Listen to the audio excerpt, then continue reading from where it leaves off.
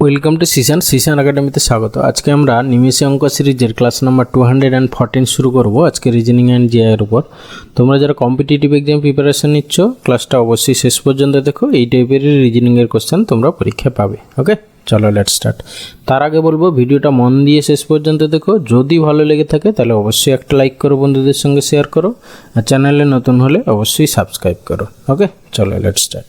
First question কী আছে দেখে নাও। বলেছি যদি সাংকেতিক ভাষায় টিচার শব্দটিকে লেখা হয় দিস, তাহলে চিলড্রেন শব্দটিকে কিভাবে লেখা হবে? আমরা যদি একটু খেয়াল করি, দেখো টিচার টি থেকে হয়েছে ভি, টি এর পজিশন ভ্যালু কত 20, ভি এর পজিশন ভ্যালু কত 22, মানে 2 বেড়েছে। সিমিলারলি পরে দেখো ই মানে হচ্ছে গিয়ে 5 সঙ্গে তারপরে দেখো জি হয়েছে, জি মানে হচ্ছে 7, সেও 2 বেড়েছে। তাহলে আমরা একটু লাস্টের দিকেও চেক করে নিই। আর মানে হচ্ছে গিয়ে 18 থেকে 2 মানে হচ্ছে গিয়ে 20, দেখো টি হয়েছে। হ্যাঁ, তাহলে আমরা কি বুঝতে পারছি? হ্যাঁ, 2 করে বেড়েছে, ব্যাস। তাহলে চিলড্রেনের হচ্ছে গিয়ে তোমার 2 করে সবগুলো লেটার পড়ব। এবার হচ্ছে কি ব্যাপার, কি সবগুলো কি 2 করে করার পরে অপশান চেক করব? না, তাতে অনেক সময় চলে যাবে। সেই জন্য তোমাকে দেখতে হবে কি ফার্স্ট লেটার বা লাস্ট লেটার, এরকম করে দেখো। প্রথমে দেখো ফার্স্ট লেটার সবগুলোরই ই আছে, তাহলে লাস্টের লেটারটা চেক করি। এন আছে, এন মানে কত 14 প্লাস 2 মানে হচ্ছে কি 16 মানে কার পজিশন ভ্যালু? পি এর পজিশন ভ্যালু। তাহলে শেষে পি থাকতে হবে। তাহলে প্রথম অপশানে দেখো শেষে পি আছে, পরেরটায় এফ আছে, তাহলে অপশান বি এলিমিনেট হয়ে গেল। পরেরটায় আর আছে, এটাও এলিমিনেট হয়ে গেল। অপশান ডিতে দেখো শেষে পি আছে। ওকে, এবারে দেখো তারপরে তুমি আবার দেখো ই এর পজিশন ভ্যালু কত? ই মানে হচ্ছে গিয়ে তোমার 5, 2, 7, তার মানে সেকেন্ড লাস্ট যেটা হবে সেটা হচ্ছে জি হবে। এখানে দেখো টি আছে, তাহলে এটা হবে না। এটাই দেখো জি আছে, তাহলে অপশান ডি অ্যান্সার। ওকে, এইভাবে তোমাকে অপশান এলিমিনেট করে তাড়াতাড়ি করতে হবে। ওকে, এরপরে এসে কোশ্চেন নাম্বার 2। দেখো এই টাইপের কোশ্চেনগুলো অনেকেই টাইম চলে যায়, কিভাবে করব? জাস্ট ওয়ার্ডগুলো পড়ো। অস্টেন্টেশন, এই অক্ষরটা দিয়ে নিচের শব্দগুলির মধ্যে কোন শব্দটি গঠন করা যাবে না। অস্টেন্টেশন পড়লে এরপরে কি পড়বে? স্টেশন, টেনশন, আদার, নেশন। দেখো আদার, এই যে আর চলে আসছে, ঠিক আছে? মানে ওয়ার্ডগুলো পড়লেই দেখবে এক্সট্রা লেটার যেটা ওর মধ্যে নেই সেটা তোমার অটোমেটিক্যালি মানে মুখের সঙ্গে কানের একটা সংমিশ্রণ হতে হবে, তবে গিয়ে দেখবে সেখান থেকে অটোমেটিক্যালি তোমার মনে পড়ে যাবে। হ্যাঁ, ডিফারেন্স বুঝতেই পারবে। তাহলে এখানে অপশান সি হবে অ্যান্সার। ওকে, দেখো এরপর হচ্ছে কোশ্চেন নাম্বার 3। কি বলেছে দেখো, যদি ফগ ইকুয়াল টু দিস হয় তাহলে বেন্টের কোড কিভাবে লেখা হবে?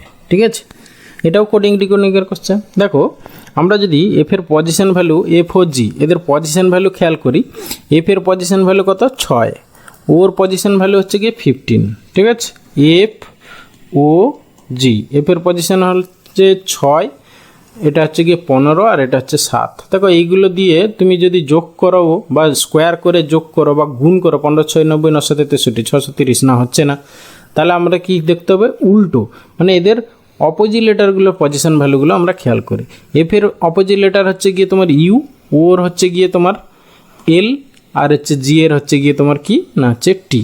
ঠিক আছে, তোমরা যারা এই এখনও পর্যন্ত অপোজিট লেটার এবং পজিশন ভ্যালু মুখস্থ করোনি তাদেরকে বারবার বলছি ভিডিওটা কিন্তু দেখে নিও। আমার যে ভিডিওটা করা আছে how to remember position value এবং opposite letter of English alphabet, সেই ভিডিওটা দেখে নিও।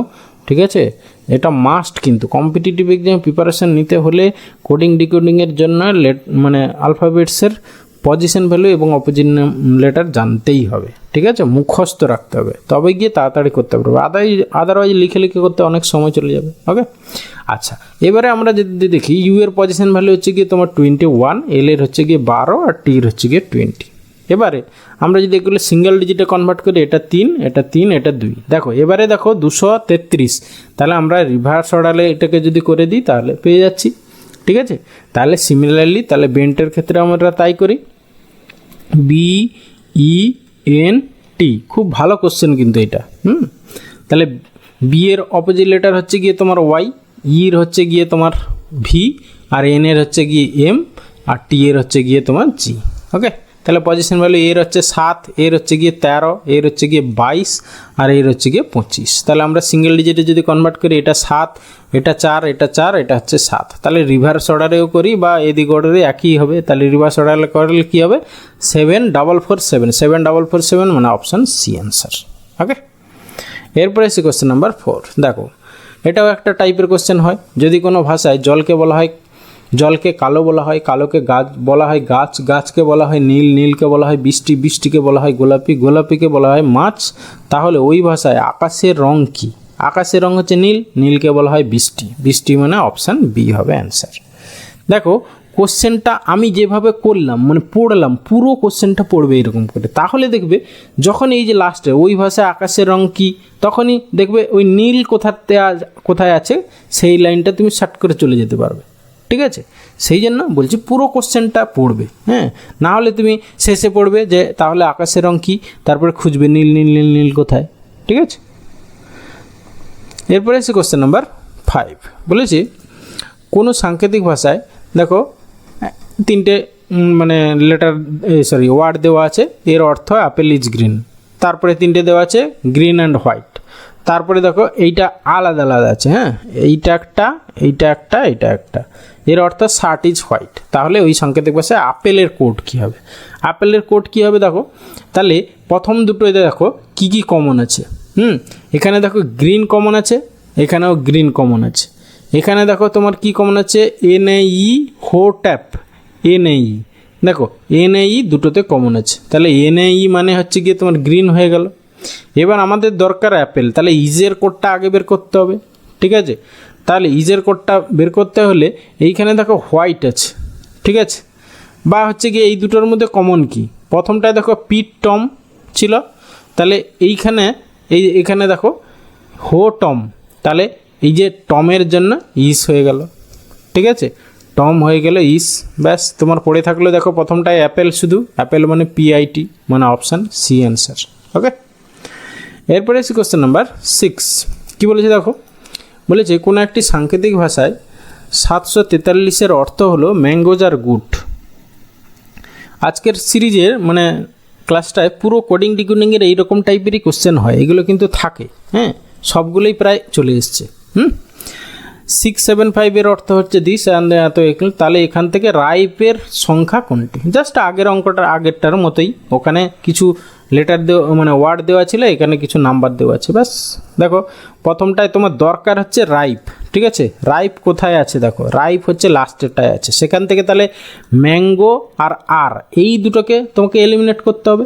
ঠিক আছে, লাস্টের দেখো ম্যাঙ্গো আর রাইপ, আর এইটাই হচ্ছে প্রথমটায় দেখো ম্যাঙ্গোজ আর গুড ছিল, তাহলে ম্যাঙ্গোজ আর দুটোই কমন আছে।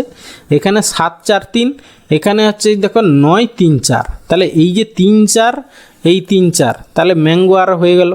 ঠিক আছে, ম্যাঙ্গো আরের জন্য 3 4 হয়ে গেল। হ্যাঁ, আমার দরকার রাইপ, তাহলে দেখো রাইপ পড়ে আছে, রাইপ মানে হচ্ছে কি 9 মানে অপশান সি অ্যান্সার। ওকে, এরপরে এসে কোশ্চেন নাম্বার 7 দেখো, এটা একটা তোমার খুব ইজি কোশ্চেন। হ্যাঁ, এটাকে আমাদের কি করতে হবে না, প্রথমে নাম্বারগুলো লিখে তারপরে যে সাইনের জন্য যে সাইন সেটা আগে রিপ্লেস করে নিতে হবে, করে এবার বডমাস রুল অনুসারে সলভ করতে হবে, ব্যাস। তাহলে প্রথমে হচ্ছে 5, প্লাসের জন্য কি, প্লাসের অর্থ দেখো গুণ, তাহলে ইন্টু 4, মাইনাসের অর্থ কি না, মাইনাসের অর্থ হচ্ছে গিয়ে প্লাস, তাহলে 18, আর ইন্টুর অর্থ হচ্ছে গিয়ে তোমার ভাগ, তাহলে ভাগ হচ্ছে 3। তাহলে প্রথমে আমাদের বডমাস রুল অনুসারে কি হবে, ভাগের কাজ, তাহলে 3 6 18। ঠিক আছে, তারপরে গুণ 5 4 20 6 26, তাহলে 26 হবে আমাদের অ্যান্সার মানে অপশান ডি অ্যান্সার। ওকে, এরপরে এসে কোশ্চেন নাম্বার 8 দেখো, এখানে নাম্বার অফ ট্রায়াঙ্গেলস কতগুলো আছে সেটা চেয়েছে। ঠিক আছে, এখানে দেখো এই চ্যাপ্টারটা খুব ইম্পর্টেন্ট চ্যাপ্টার, এখানে কিছু ফর্মুলা আছে জানতে হয়। যদি ধরো এরকম একটা চতুর্ভুজ হয়, তার মধ্যে যদি ধরো যতগুলো এরকম করে ধরো আমি এরকম করলাম। ঠিক আছে, দেখো কটা ট্রায়াঙ্গেল হলো, 1 2 3 4টা, তারপরে দেখো এটাকে এইরকম করে দিয়েছে, তাহলে টোটাল কতগুলো ট্রায়াঙ্গেল হচ্ছে 1 2 3 4 5 6 6টা, ভিতরে যতগুলো ট্রায়াঙ্গেল থাকবে ইন্টু 2 করলে টোটাল নাম্বার অফ ট্রায়াঙ্গেল পেয়ে যাবে। তাহলে আমরা যদি এই টোটাল ফিগারটাকে দুটো পার্টে ভেঙে নিই, দেখো এইটা একটা পার্ট। ঠিক আছে, এই একটা পার্ট, আর একটা এই দিকের এই পার্টটা।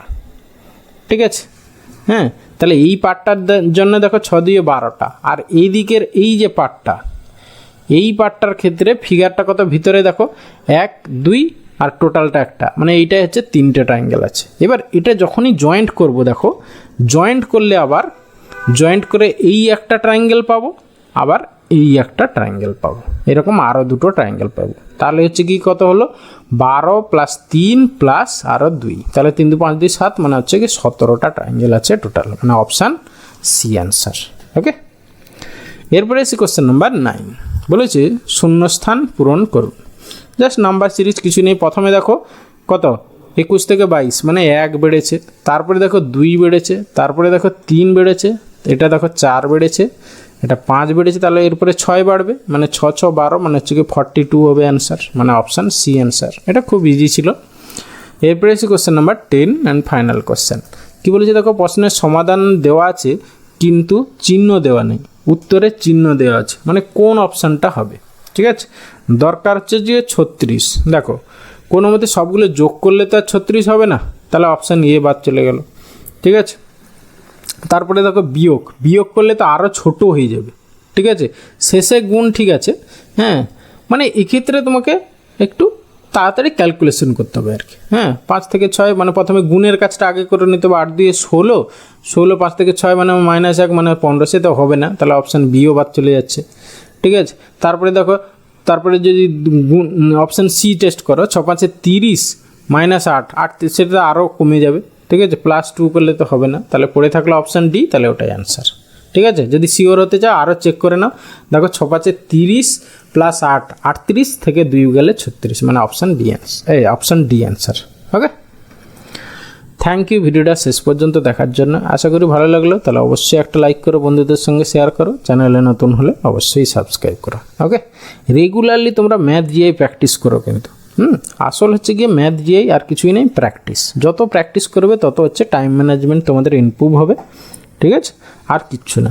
পরীক্ষা হলে কত কম সময়ের মধ্যে এই ম্যাথ জিআই সলভ করতে পারছো, সেটাই হচ্ছে গিয়ে তোমার আসল পরীক্ষা। ওকে, থ্যাংক ইউ, ভালো থাকবে, বাই।